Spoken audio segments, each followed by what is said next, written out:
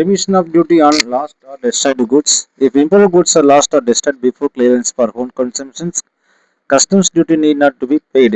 But importer must prove the loss destruction to customs authorities. இப்போ நம்ம பார்க்க போகிறது சிஎம்ஏ இன்டர் சிஏ இன்ட்ரெஸ்ட்டுக்கு remission of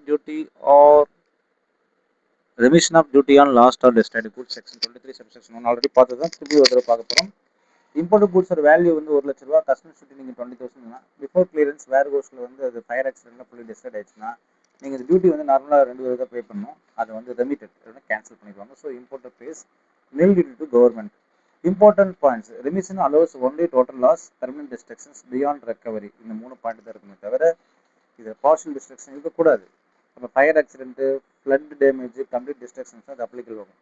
not applicable for pilferage. பில்ஃபரேஜுக்கு applicable கிடையாது. Goods are stolen in small quantities. Section 30 is applied but not 23 subsection 1. Difference between 13 and 21. 13 வந்து pilferage, 23 வந்து loss destruction full. இது ஸ்மால் theft, இது goods completely destroyed.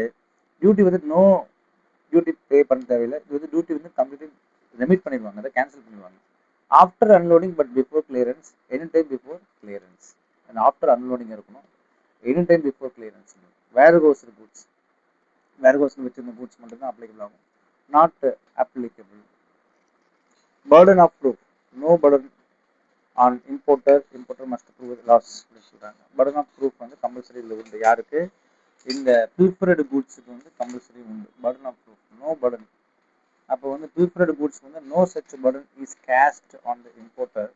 But இங்கே வந்து importer தான் must prove அப்படின்றது இங்கே தெளிவாக சொல்லி வைக்கிறாங்க அப்படின்றத நீங்கள் தெரிஞ்சுக்கணும்.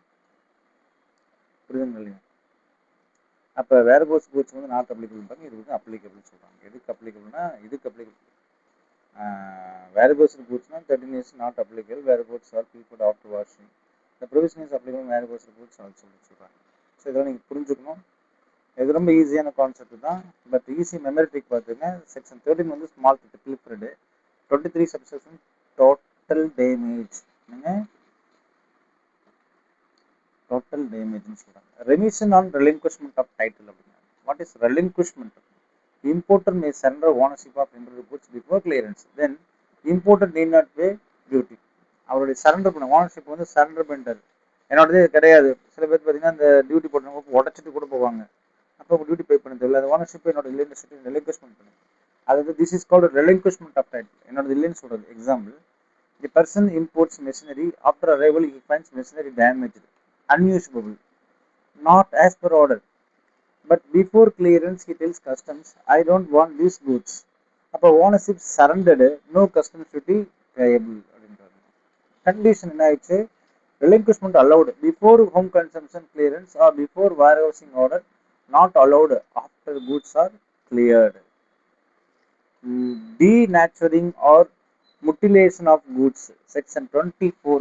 denaturing, அது denaturing அப்படின்னு பார்த்தீங்கன்னா சில பொருள் வந்து நேச்சர்லேருந்து டீநேச்சராக மாறிடும் அப்படின்னு சொல்லுவாங்க. அப்போ டீநேச்சரேஷன் சொல்லுவாங்க. Government may allow imported goods to be mutilated, damaged, intentionally denatured. So they become usable only for specific purpose.